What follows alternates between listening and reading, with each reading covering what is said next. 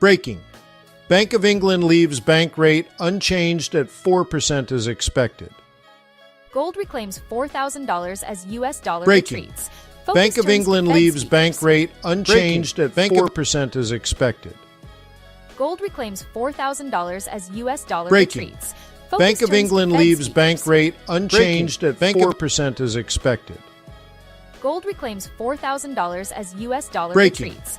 Bank of England leaves bank rate unchanged at 4% as expected.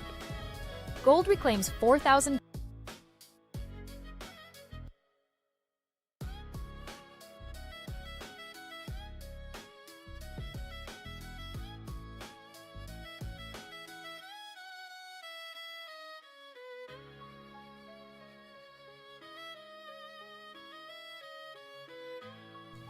I found the loop.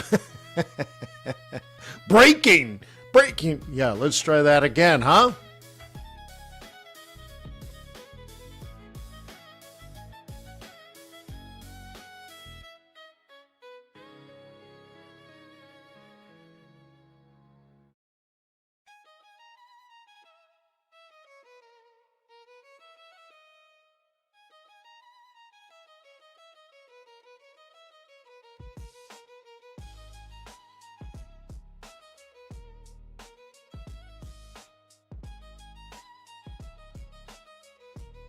Breaking. Bank of England leaves bank rate unchanged at 4% as expected. Gold reclaims $4,000 as U.S. dollar retreats. Focus turns to Fed speakers. Breaking. Bank of England leaves policy rate unchanged at 4% as expected. United Kingdom Bank of England MPC vote rate hike meets forecasts 0. BOE leaves bank rate unchanged at 4.00% in November monetary policy meeting. Crypto today, Bitcoin, Ethereum, XRP recovery stalls as risk-off sentiment persists. Exxon enters Greece with gas deal that expands U.S. footprint in Eastern Medi. Kiwi. Dollar US dollar treads water above 0.5650 after rejection at the 0.5670 area.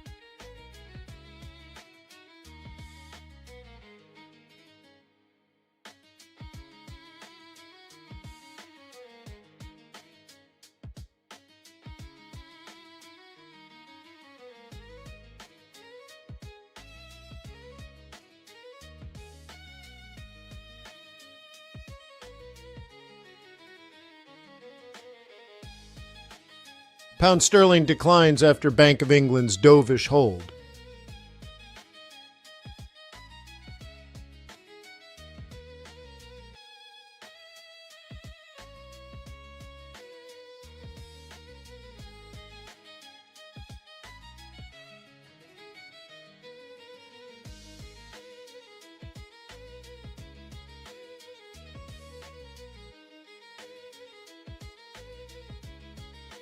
U.S. dollar, Canadian dollar weakens as oil supports Canadian dollar. Focus shifts to Bank of Canada, governor's speech.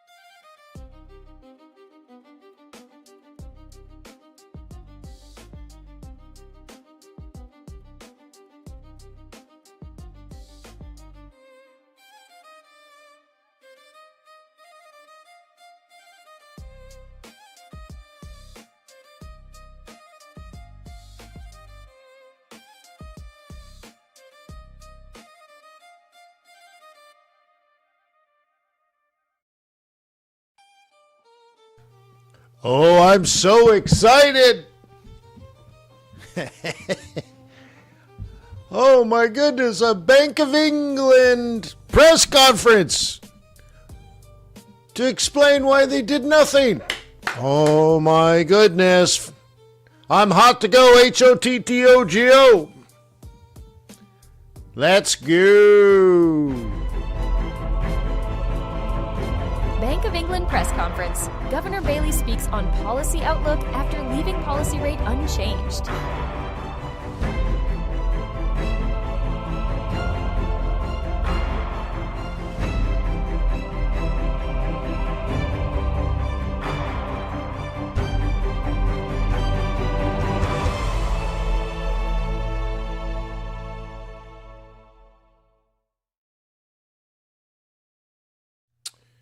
All right, well, let me remind you that trading is risky. It's not appropriate for everyone.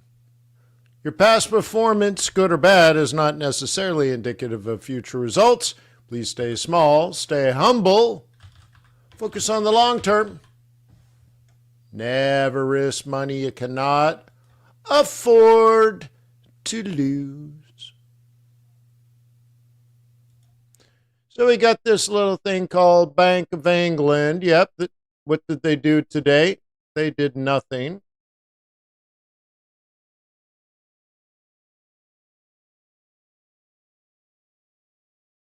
Okay, that's fine. And so now we're going to find out really why they've decided to do nothing. Makes sense. So answer the poll. What do you think? Inflation's too high. The job market stabilized. Economic activity is improved. The Bank of England is just following the Fed. Let us know what you think. Oh, and we have begun.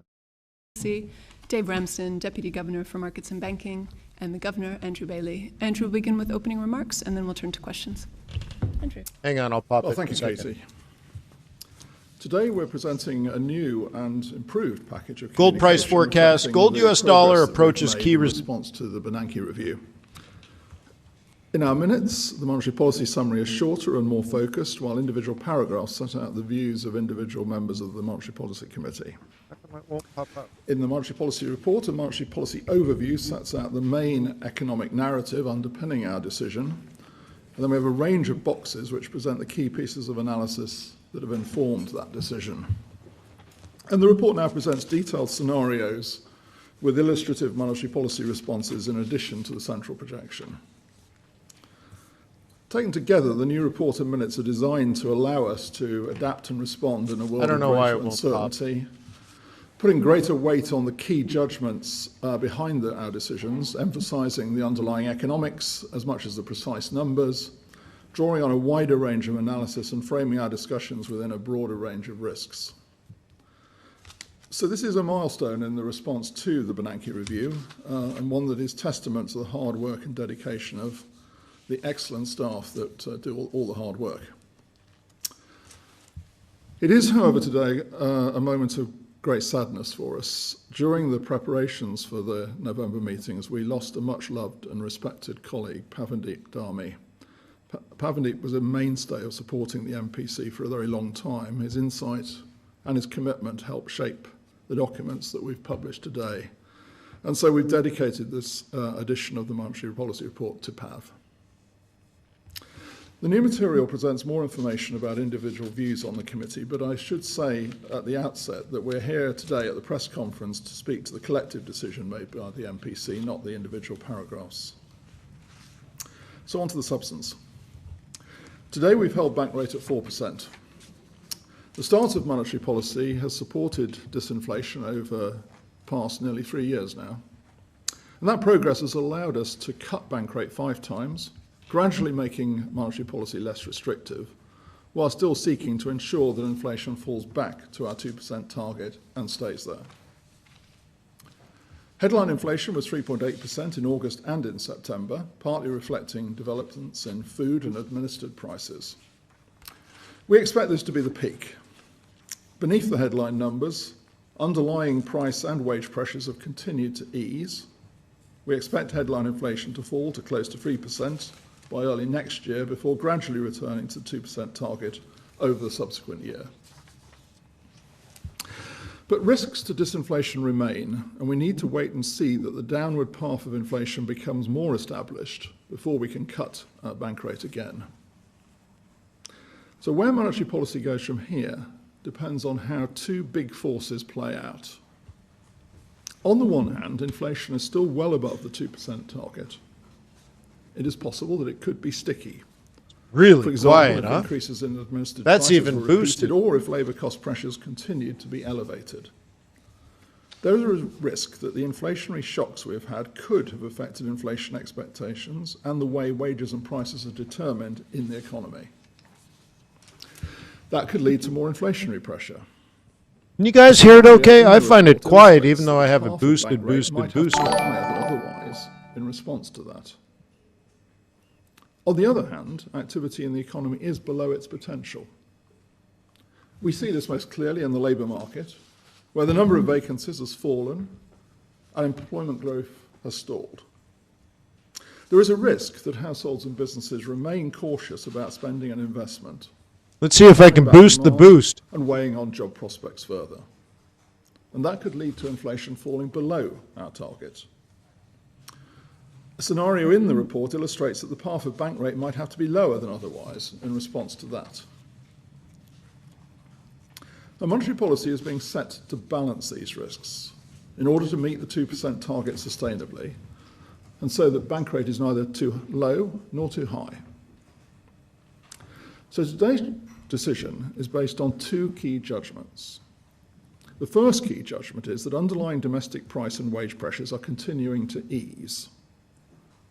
Recent data suggests that the risk from greater inflation persistence has become less pronounced, and the risk to medium-term inflation from weaker demand more apparent, such that overall risks are now more balanced. As the central projection in the report illustrates and is reflected in the market curve, this means that we are likely to continue to be on a gradual downward path for bank rate. Chart 1, which has just come up, shows 12-month inflation in the consumer price Can't get index it since louder. 2021. Everything's That's the black maxed. line, along with its components, the coloured bars.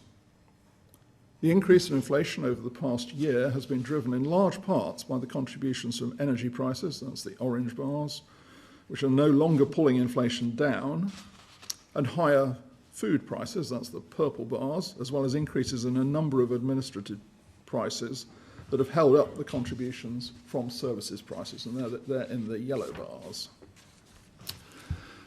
The shaded area on the right-hand side shows how we expect headline inflation to ease again in the coming months as lower domestic cost growth passes through to lower services price inflation. And as we look beyond the next 6 months, the effect of past increases in administered prices should also drop out. I don't think that poppy is real. Provided they are not repeated next year, that should shave off another 0.5 percentage point or so from services price inflation in the second quarter of next year.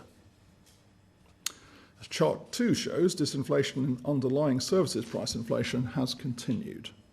Although progress had slowed in recent months, high-frequency measures moved lower in September. We expect the pass-through of non-wage labour costs, including from the increase in national insurance contributions, to continue to limit declines in services price inflation in the next few months. But we expect progress to resume next year. And the decline in services price inflation is supported by a gradual normalisation of wage growth. As chart 3 shows, annual private sector pay growth slowed to 4.4% in the 3 months to August, that's the blue line, down from 4.9% in the 3 months to May, and below the projection in the August report. This recent slowdown is consistent with the signals from a range of other pay indicators. And we expect wage growth to ease further into next year. That's the blue diamonds on the right-hand side. There are signs that disinflation is on track. But that is not to say that the risk that the recent rise in prices could feed into more inflation through second-round effects has gone away. The recent pickup in inflation has been driven in part by food and energy prices. These are salient to consumers and often affect inflation expectations. So we have to remain careful that this does not lead to any additional second-round effects on wage and price setting in the UK economy. But while it is only one data point, it is encouraging that the peak in inflation in September was about 0.2 percentage points lower. See, if you look at the shoulders in our August projections. And the lapel Looking here, ahead, over the whole of our it's a cheap forecast suit. period, as seen in chart 4 here, that's our November projection, which is conditional on the market implied path for bank rate. This suggests that CPI inflation will fall to close to 3% early next year and then decline gradually towards the 2% target after that. Further disinflation is being underpinned by subdued economic growth. Some economic slack is needed to squeeze out the remaining stickiness of inflation. A looser labour market eases the pressure on wages, and moderate demand conditions combined with spare capacity within firms limits the scope for firms to pass on higher costs to prices. But even like the way it bunches up As right here, inflation progresses, it's not a nice suit. there is a risk that Really activity cools poorly too much made. or for too long. In our central projection, we expect growth to pick up gradually to solid quarterly growth rates of about 0.5% towards the end of the forecast period. As chart 5 shows, while consumption growth has remained subdued, real household disposable income has recovered. That's the orange line. That should support a recovery in consumption growth in coming quarters. But the pickup in growth may prove harder to achieve if consumers remain cautious about spending in the face of high uncertainty and a weakening labour market. And it has become clearer when I've been on the road with our agents in recent months that the labour market is slowing too. And we see this in the data too. As measured by the ratio of vacancies to unemployment, shown in chart 6 here, further slack has emerged. Not just through a reduction in unfilled job vacancies, as over the past year, but also through an increase in unemployment. So this takes me to the second key judgment, that if disinflation continues, bank rate is likely to continue on a gradual downward path. The restrictiveness of monetary policy has fallen as bank rate has been reduced. So the extent of further reductions will depend on the outlook for inflation. A gradual approach allows us to assess the balance of risks to inflation, on the upside from more inflation persistence and on the downside from weaker activity, as the evidence evolves. As you can see from the vote today and from the committee members' new individual paragraphs in the minutes, making this assessment involves weighing the evidence on both sides. Different members have reached different conclusions on the balance of risks. Some members think something like the upside scenario is more likely than others, with the policy implications that come with that. Other members put more weight on something like the downside scenario, with implications for their views on policy. GDP. And with every cut in bank rate, how much further to go becomes a closer call. Neutrality rate. At this meeting, rather than cutting bank rate now, there was also an argument to wait and see that the downward path in inflation becomes more established. The latest data point on inflation was encouraging, but it was only one data point. Leading up to our December meeting, we will get more data on inflation and cost pressures in the economy to help us make the right decision, and we will be able to analyse how this year's budget might affect the economy and the outlook for inflation. As always, the MPC remains squarely focused on our remit to return inflation to our 2% target. Before I finish, I want to add a few words on quantitative tightening, as this is the first press conference since our decision in September to reduce the stock of government bond purchases held for monetary policy purposes by £70 billion over the year, from October this year to September next year.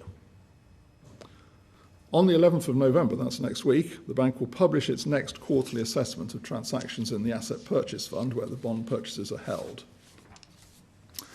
Along with a summary and projection of cash flows associated with quantitative easing and tightening under the indemnity to the bank, the upcoming APF quarterly report will include a new measure which will take into account wider implications for government debt issuance and servicing costs, including continuing savings resulting from quantitative easing. This will show a somewhat different picture on the costs. Looking ahead, the bank's policy is to meet the demand of the financial system for liquidity. Our approach is to transition to a demand-driven framework under which reserves will primarily be supplied by repo operations. This allows the bank to reduce the asset purchase facility in line with its monetary policy objectives and thereby reduce the exposures of the bank and the wider public sector to interest rate risk, whilst the bank provides the reserves through lending operations needed to maintain monetary and financial stability.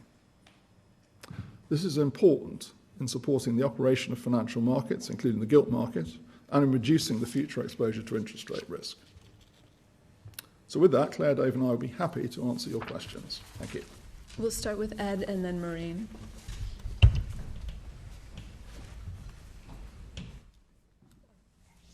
Sorry.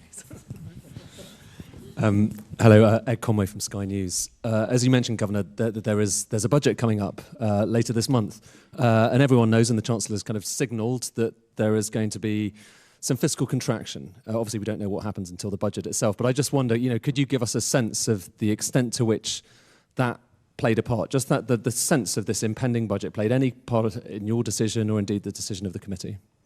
Well, thanks, Ed. We only know one thing with certainty. That is that there will be a budget on the 26th of November. Well, actually, I'll tell you a second thing with certainty. That will be before the next meeting of the MPC. So we will have opportunity to consider the budget in the next round. As I'm sure you know, because we've said it many times, we condition our view of the economy and our projections on announced fiscal policy. So the projections that you've seen here and that are in the report are conditioned on the fiscal policy that was announced in March. It's not for us to speculate what's going to be in the budget. That's for the Chancellor to announce in the budget, and we'll then respond to it. Maureen. Hi, Mehreen Khan from The Times. Just to follow up, the Chancellor made quite an unusual decision to do a pre-budget speech, which actually was a lot about monetary policy. She kept repeating her insistence that she wants to help you out in the fight against inflation through her fiscal policy. Governor, given that you had the decisive vote, I'm interested in whether you didn't seem to have been convinced by her message, particularly given your assessment of the economy seems to be that actually the risk to inflation are a little bit less pressing, as you say in the report. And finally, the other message the Chancellor had is that everyone in the UK needs to be in it together. We all need to play our part. Does the Bank of England also need to play its part in the situation the economy and the public finances are facing? Well, thanks, Maureen. I mean, in no sense are we passing any judgment on what the Chancellor said this week. As I've said, our very, very clear convention is that we condition our view on what's been announced.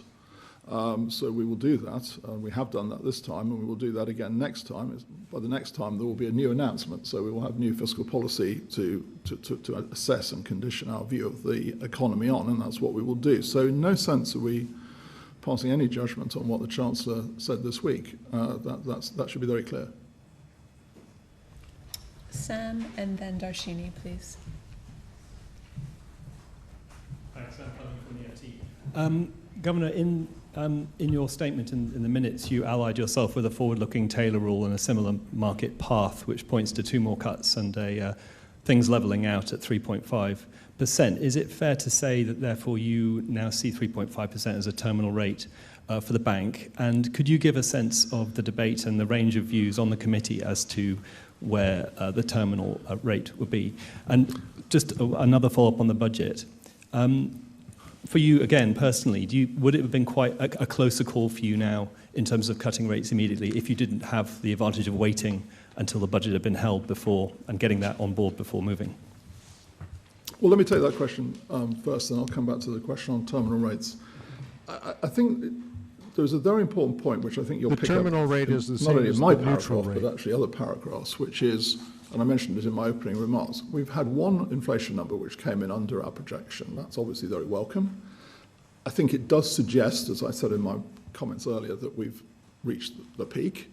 But my own view is, and I think colleagues share this in some measure, that of course we really do need to see more than one number to establish that is sort of in the picture, as it were. So I will be looking very carefully at, as I just said, at the data that we will get before the December meeting. That will be a very important consideration for me. So yes, we will have a new fiscal policy by that stage to condition on, but really importantly, we will also have more numbers. And I'd emphasise that because we always have more new numbers, obviously. But the point is that we are at quite an important moment here because we've had one set of inflation numbers, which I think can give us some encouragement, can point us in. Why do you say it's a dovish hold, Richard? Coming back, your question on first of all, I mean, I think all of us chose our words very carefully. For me, the market curve at the moment does give a reasonable view of a sensible path.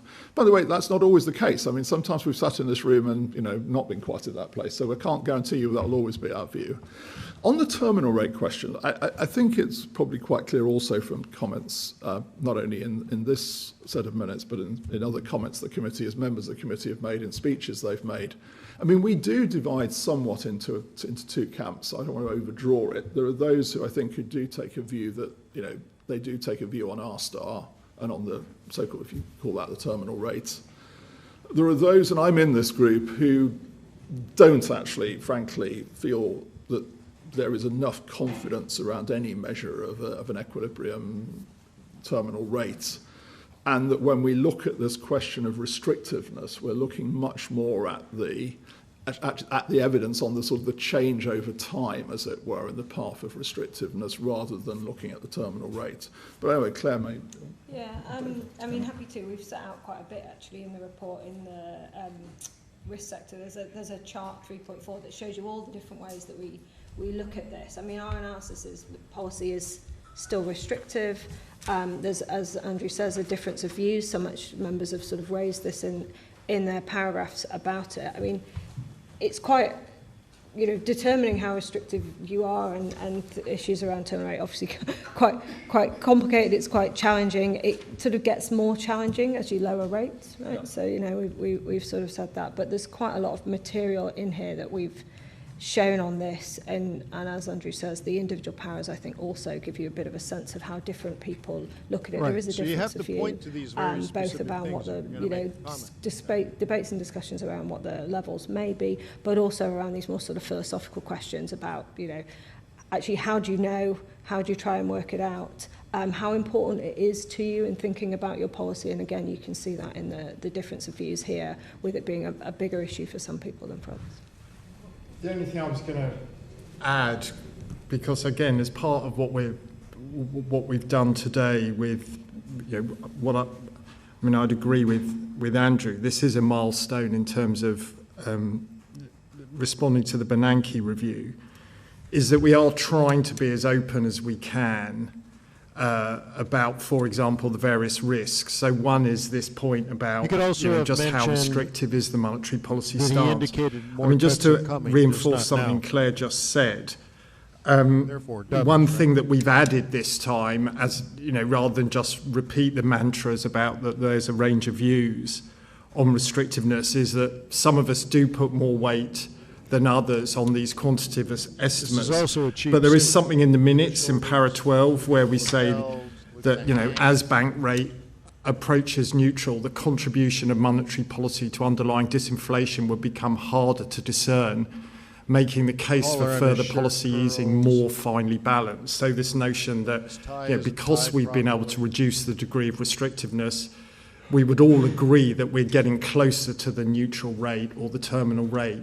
So, that gives you some sense also that the debate and the way we're thinking about this is inevitably going to evolve and change in the future.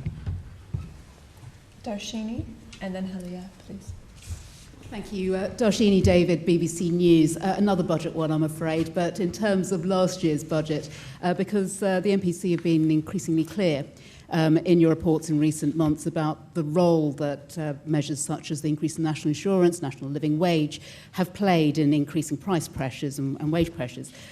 To what extent has that contributed to hesitancy over the last year when it comes to the cutting of interest rates?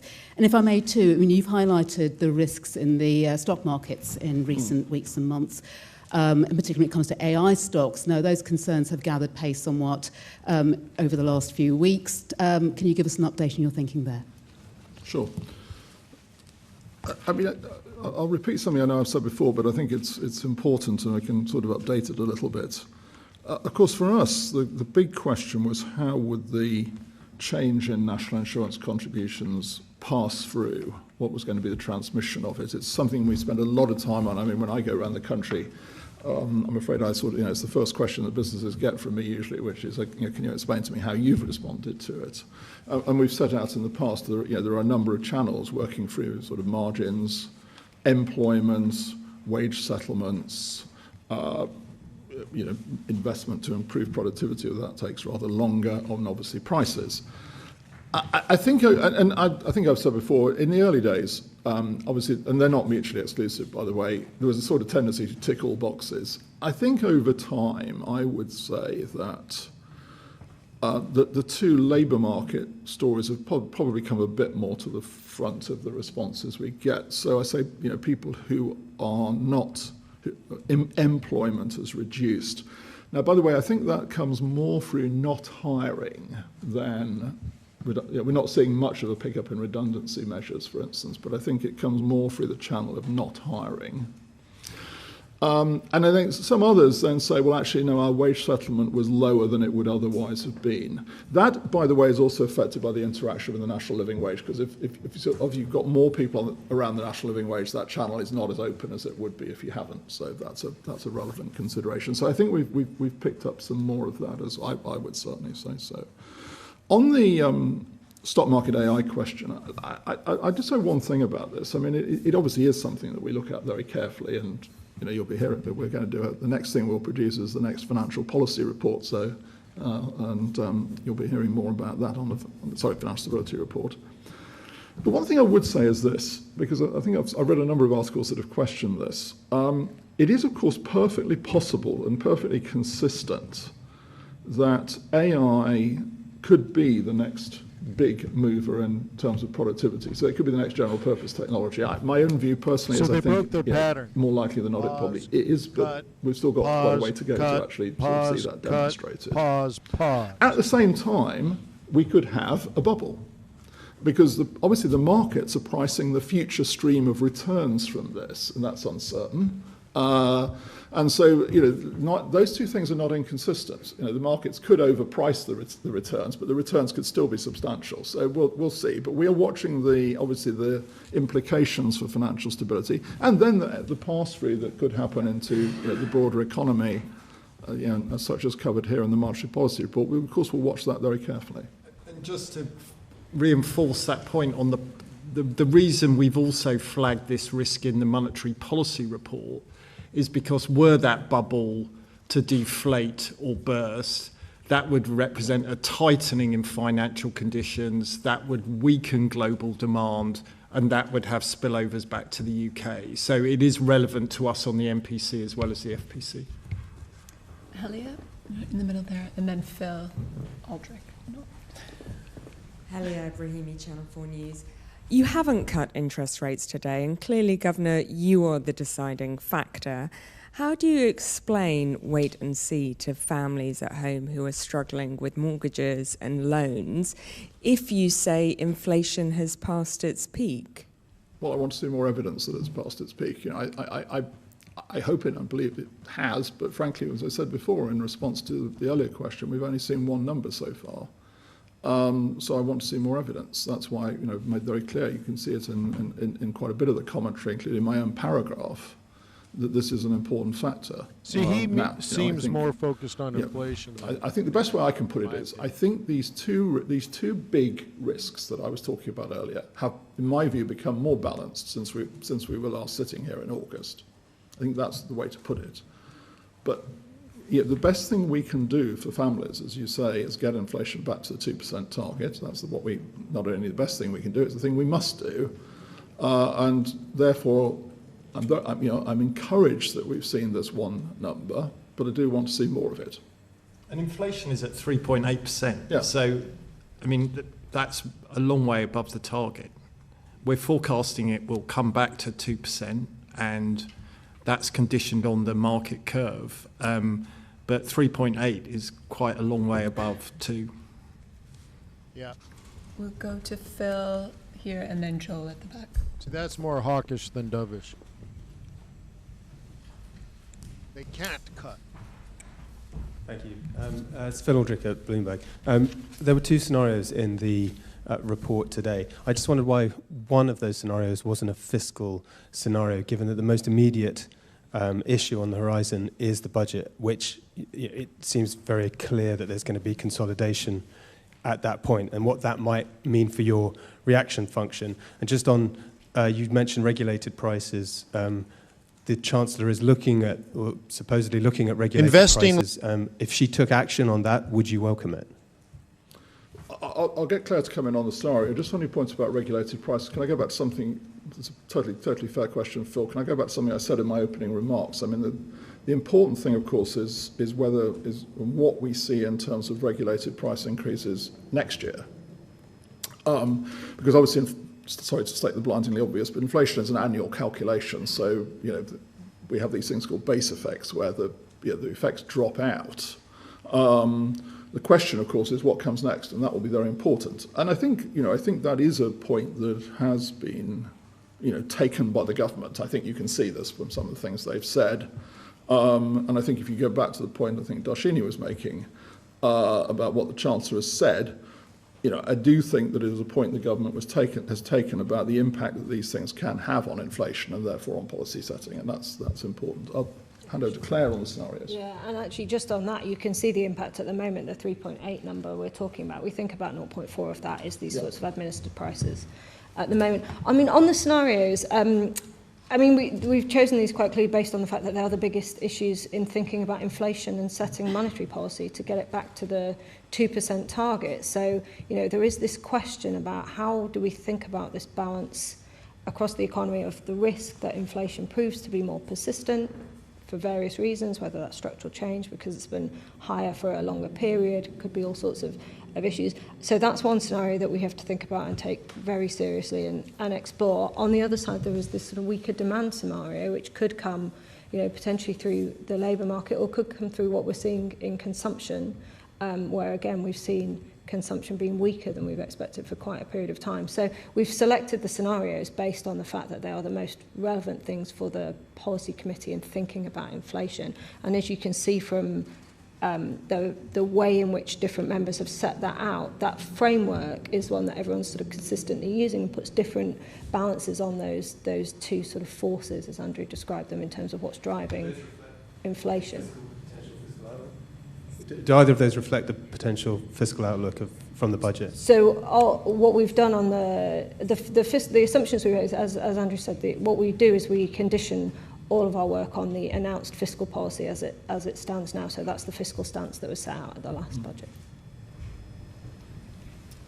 Joel and then Philip.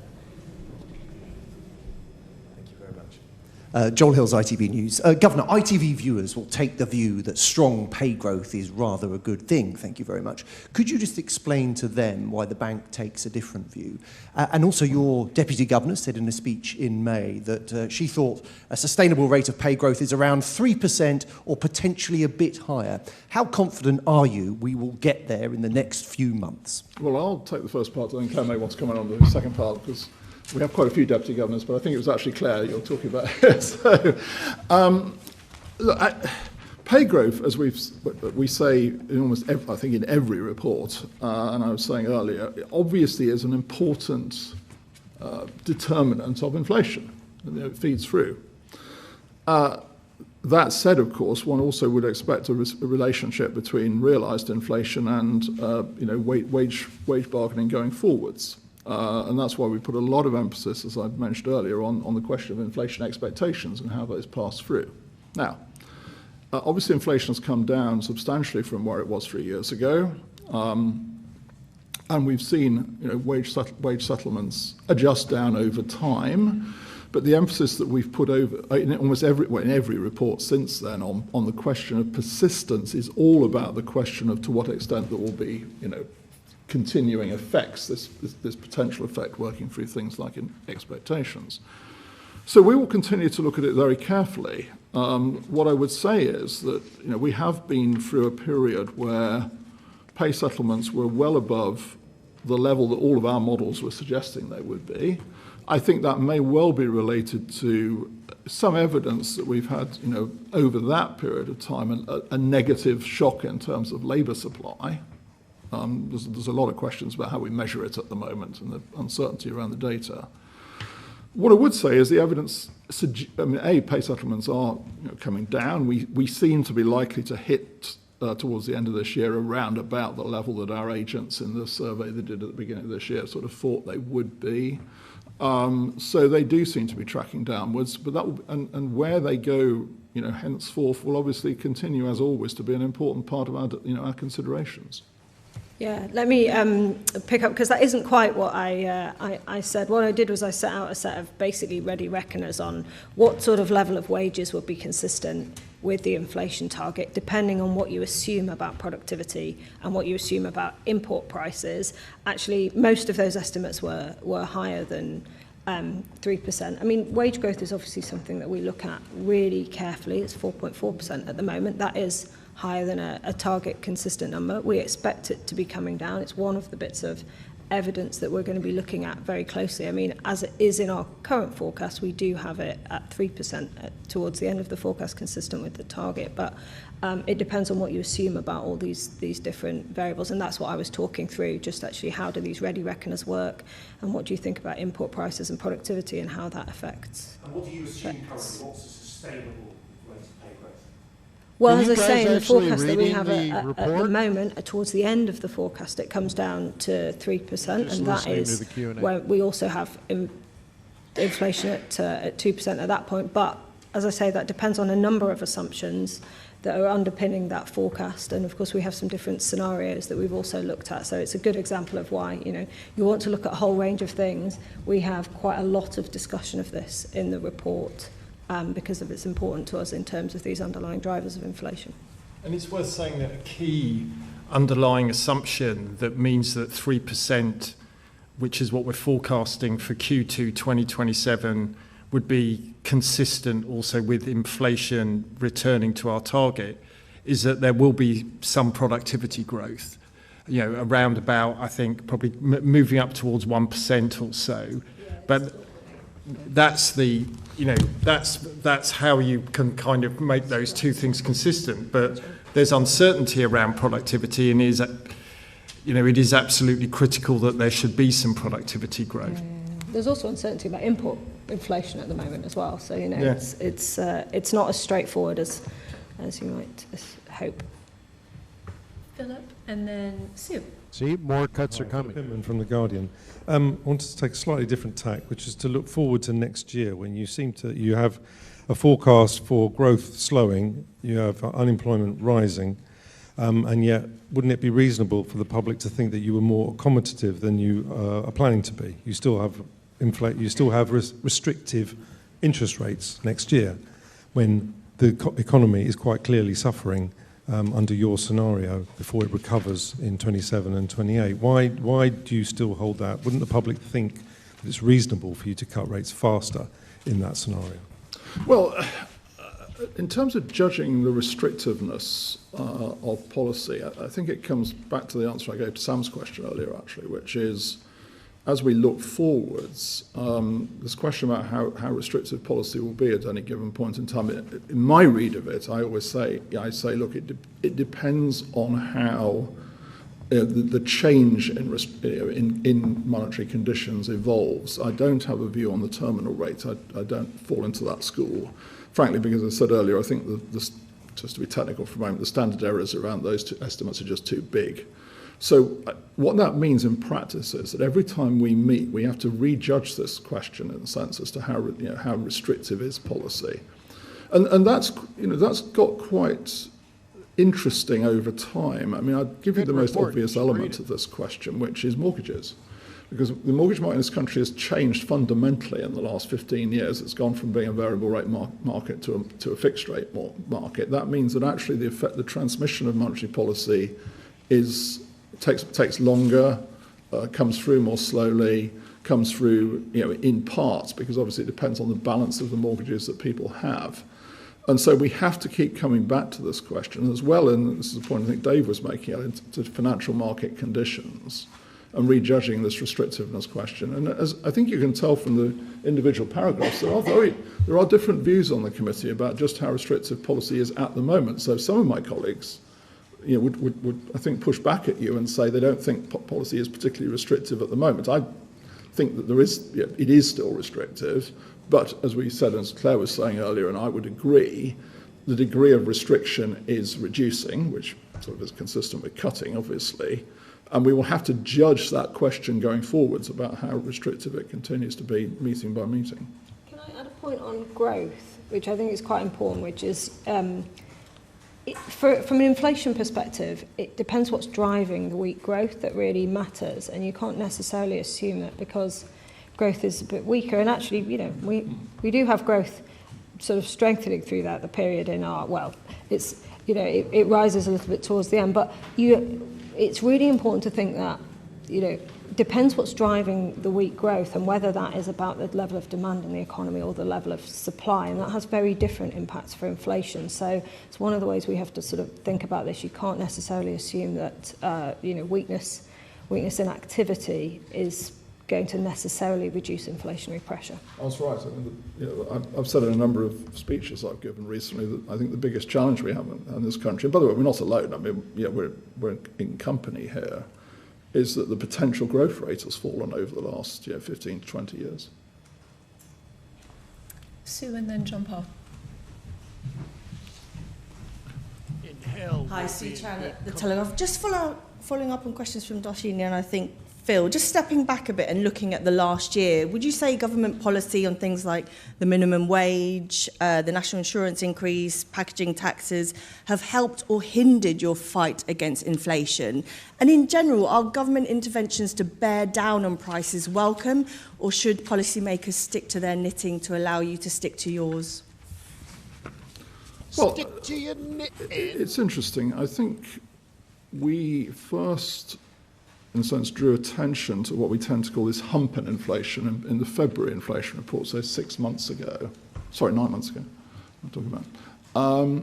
And actually, when we look back at the February monetary policy report and sort of the shape of that hump, it's a point Dave's made to me a number of times, he's nodding, it looks actually rather like it does today. We've had a few changes in between in what we thought might happen, but it's actually looks right. And one of the reasons is that, as Claire was saying earlier, part of that is these so-called administered prices. Now, they do have an impact, and so it is something that we've drawn attention to. And I think the second thing is that the pass-through of national insurance has not been that different to what we were expecting at the time. So those two things have more or less transmitted. Now, in terms of, it's for government to decide its own policies, because government has all sorts of other public policy objectives. I mean, we're one public policy objective, and I use public policy broadly there, obviously, as a term. And there are many other public policy objectives. So, give you an example, in the administered price regime, part of that is water bills. Well, fixing the water system is a public policy objective. It's not Bank of England's public policy objective, but it would not be for the Bank of England to go around saying, no attention should be paid to fixing the water system. That would not be, I think, a very sensible thing. So we have to take account of these. I think we do have to draw attention to the effects of these, which we do, obviously, and then factor them into our outlook. John Paul and then Anna. Hello, John Paul Ford-Rochas from the Daily Mail. A couple of things, please, Governor. Could you talk about, I'm sorry, the acoustics in here are sometimes quite variable depending on where you're sitting. If you could talk a little bit, it would be really helpful. Yes, sorry. John Paul Ford-Rochas from the Daily Mail. A couple of things, please. First of all, households are worried about income tax going up, perhaps in the order of tens of billions of pounds. How much relief or reassurance can you give them that were that to happen in the order of that, all else being equal, that would provide an impulse to the bank to cut interest rates in December? Secondly, with your regulatory hat on, with car finance and the compensation scheme that's currently proposed by the FCA, you're the regulator also for banks. Banks are suggesting it would be disastrous and damage the economy. The FCA pushing back on that. Do you have a view on that issue, please? Well, the income tax question, I'm afraid I'm going to give the same answer. It's really, of course, it's obviously for the government to decide what the budget's going to be. The Chancellor will announce it, and we will take it into account. The economic modelling for the budget, of course, is done by the OBR, not by us, and that's important. So we will. We will assess what is announced by the Chancellor in our next round, and that's the right way to do it. So we're not giving a message on fiscal policy today because we'll wait and see what fiscal policy is. On car finance, look, when we do the next event in here, it will be, as I said earlier, the financial stability report. We will also be publishing the bank stress test. I think I'm right in saying that. Yeah, we will. And so we obviously have taken all that into consideration for that. So you can look forward to that. I think it's next month, early next month. Don't hold your breath though for all the month long. I wouldn't advise that. Literally, that is. Anna and then Ryan. Hi, Anna Wise from Press Association. You say you're concerned about the high level of household saving. Can you explain what's driving this?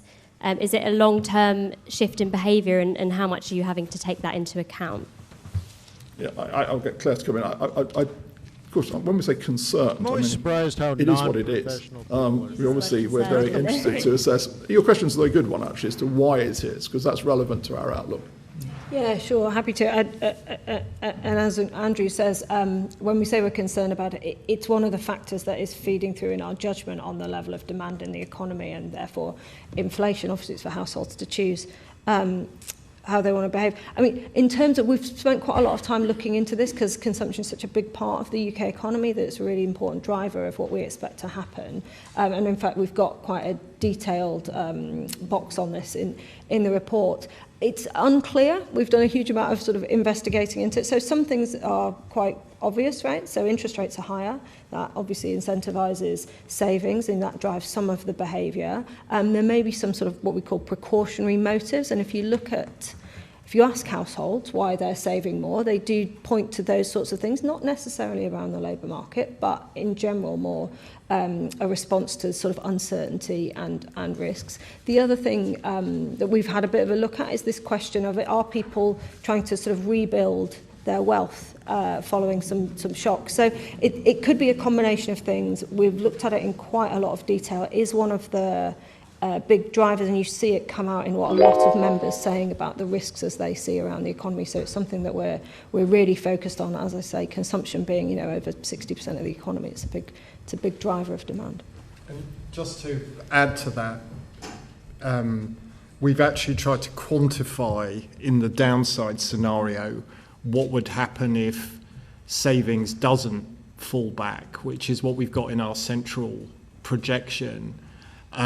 For, as Claire was saying, those precautionary reasons. So if you think about the mechanism is savings staying higher, and then we've quantified the impact of that on consumption and GDP. So again, we're trying to sort of not just describe the risks, but also give a sense of what that alternative future might be with the downside scenario, which some members put more weight on than others then in how they vote.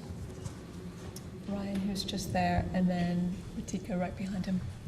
Thank you. Ryan Saby from The Sun. What's your message to households when it comes to food inflation, especially with global and domestic cost increases, sees that those prices remain elevated? How can you explain that outlook for the next year, 18 months or so? Well, again, I think in this story that, we've had this hump in inflation over the course of this year. Food is another, as we set out, another component of that. It's about another 0.4, isn't it? I think, something like that. And we thought, and I think we said this probably last time, that probably the peak would be around about sort of the later part of this year. Again, tentatively that looks like it is the case, which is obviously good and helpful. The components of that, as we said before, a bit of a mixture. So there's an element of global commodity prices. It's not spread across the board. It's quite concentrated in a few commodities.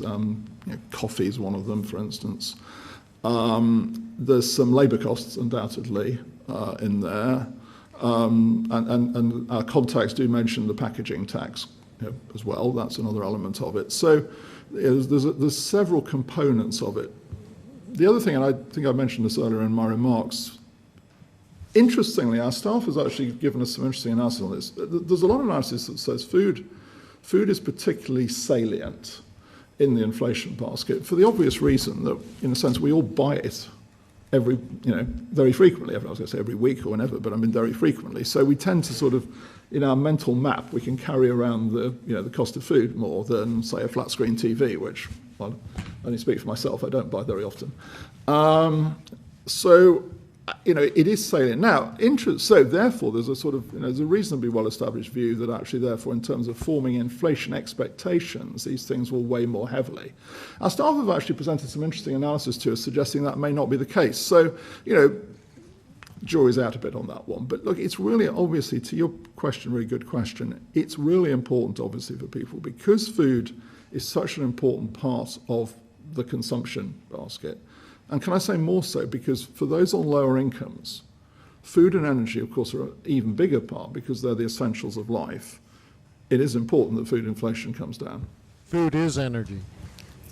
Ritika's just there, and then Maurizio. Carbohydrates and hydrocarbons. Ritika Gupta, CNBC. Governor, given the MPC sees a slack opening up in the economy, you've outlined weakening demand or weakening labour market, do you ultimately think that interest rates are going to have to go below neutral in order to close a negative output gap? Well, I'll bring clarity. I think there's two parts to this I'd emphasise. One is, what is the level of slack? The second is, how does that any given level of slack influence wage and price formation? It tends to be called the Phillips curve relationship, as we tend to call it. And those two things are both highly relevant. I don't know what you want to... Yeah, I mean, sort of not necessarily is the point. I mean, look, to come back to this point that we have inflation at the moment that is 3.8 is higher than it should be, and it's we're quite far from a target consistent level. So the slack is unfortunately needed to bring inflation back to target. It's not necessarily needed. If it doesn't necessarily mean that interest rates have to go below the neutral level, because we think we have some now. It's a very uncertain. It's a very sort of hard thing to judge, and we spent a lot of time thinking about it. But we do think there's slack in the economy now, and that will sort of widen slightly. Maurizio and then Joel at the back. Hi, Maurizio Allen-Carr from City.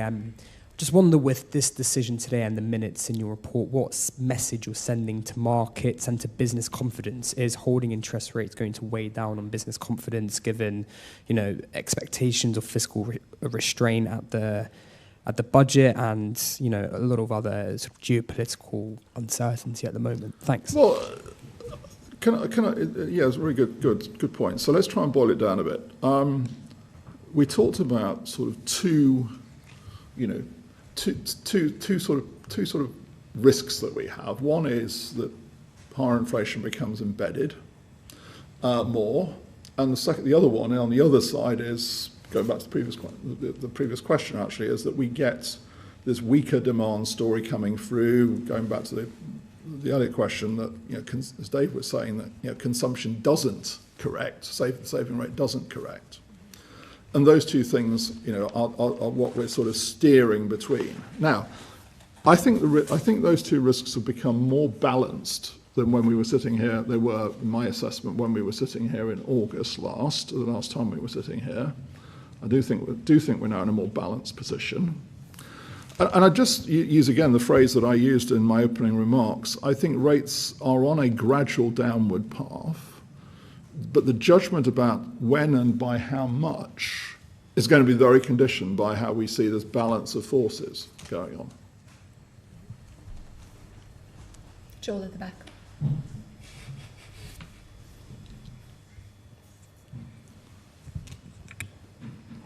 Thank you. Joel Suss, Financial Times. I want to just come back to the terminal rates. So in this NPR, you've added simple policy rules as a way to illustrate how bank rates should evolve under the central projection in different scenarios. But of course, the simple policy rules require an estimate of the neutral rate, which you've set as 3%. So I just wonder how we should read that, especially in relation to the market rate of 3.5%, your own stated position of 3.5% seeming right at this point in time. Is 3% the default or average view of the committee? Should the committee be plugging in different estimates of the neutral rate? Thank you. There isn't an average view because, as I said earlier, some members put more weight on estimating a terminal rate than others. Yeah, look, let me pick this up. I mean, really pleased that that people have sort of spotted this policy rules material. I think it's a good innovation, and it's something where we're trying to be a bit more transparent about the sorts of information that we look at as a committee. I wouldn't take from it anything about, we're giving any sort of steer or indication about neutral rates. There's a very lively debate across the committee on this. What these rules are really useful for is helping you think through, how you think about policy looking forward. What are the things that drive you? In some cases, you might think some rules are, more appropriate. If, for example, you think that the forecast at 12, 18 months is a pretty, is a good indication, you might put a bit more weight on the forward-looking rules. If you think actually some of these equilibrium variables are a bit more uncertain, you might be more interested in your first difference. So the idea really is we're showing you the sorts of things that we look at because they're part of the debate that we have. We're not trying to either directly or indirectly send any signal about this much broader question of neutral rates, where we also discuss that very directly in the report when we look at all the different ways you can look at it and what that might be. The only thing I'd add is that, this is an issue we faced in the way we've, I think, quite rightly taken the report. Obviously, with the central projection, we condition on the market path. Once we introduce scenarios, if we condition the scenarios on the market path, we'd be really suffering an apples and oranges problem. You'd rightly say to us, hang on a minute, that doesn't really work. So we face, what are we going to condition on? And I think using rules in the way we have, not using a rule, as Claire said, but more than one, but not too many, is the sensible way to do that. Not because we follow them, but because they're sensible sort of conditioning assumptions, and they give you a sense as to how we think about them. Michael, and then Delphine. Michael Race, BBC News. Regarding concerns about food costs and consumer spending habits and overall consumer sentiment, rather, how concerned are you that the public is somewhat scarred by the inflation shocks that have gone in recent years, and what impact do you think that's going to have in the coming months, years? Well, it's a very important consideration. It's lain behind a lot of the thinking we've done on this question about persistence of inflation, that would the public feel, well, once it's in the system, it will stay in the system. Actually, I would say the big inflation we had 3 years ago, the numbers came down quite rapidly. That didn't surprise me because, a lot of those shocks were very specific shocks to do with COVID supply chains and to do with Ukraine, for instance, impact on energy prices and food prices again. But it is a very important consideration for us because it comes back to this point about how expectations are formed, what the influence is. And that's very important for us because, of course, it's a very important factor in shaping how we set policy because we have to respond to that. In fact, I would just add on that. Inflation was very high. It was very difficult for people. You would expect that, therefore, to have changed the way people think about their own finances, the economy, and we have to think about that in terms of what will that mean for how behaviour may or may not change. And so, always when you have a shock that's quite far outside, what you're used to, it can change some of those relationships. And so that's one of the things we really have to think about what will happen for inflation in the economy going forward and how best do we sort of understand that. And again, that's why some of the scenarios and some of the things that we've presented here try to get into some of those questions. Reading the agents report, it's quite clear sentiment is very flat. Are you generally thinking that this is going to have an impact over a sustained period of time? Well, I would